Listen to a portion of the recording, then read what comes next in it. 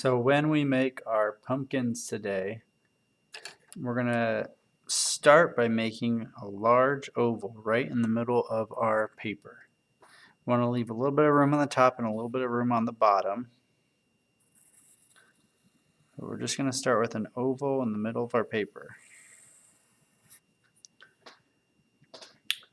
After we have our oval, we're gonna make two more on the sides here, but they're gonna be behind this first one, so you can't actually see the whole thing.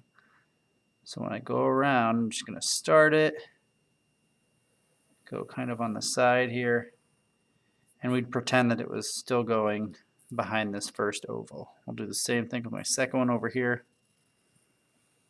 Kind of look like ears on the side here.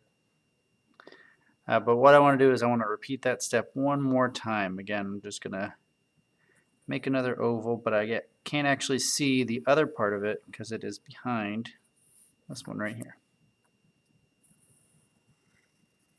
This is just one way you can draw a pumpkin, but this is an easy way for how we are going to be doing our painting today.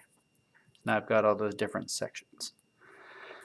When you're done with that, we're going to draw the stem on top. It's going to be two curved lines.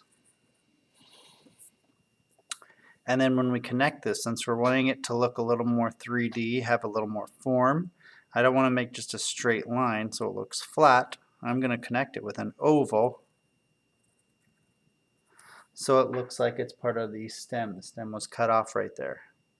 And if you wanted to add a couple little wispies, little details, then you sure can.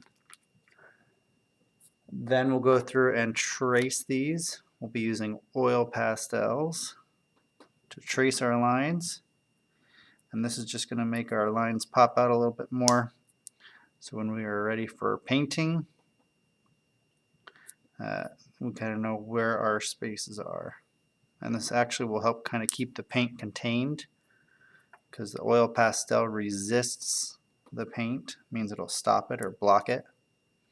So if you're painting on top of the oil pastel, it would kind of skip over the oil pastel and go onto the water or onto the paper.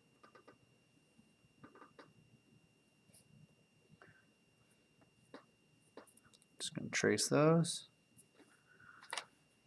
If you have any of these little crumbs, you can just tap them off into a trash can or off the side of your table there, and you're good to go.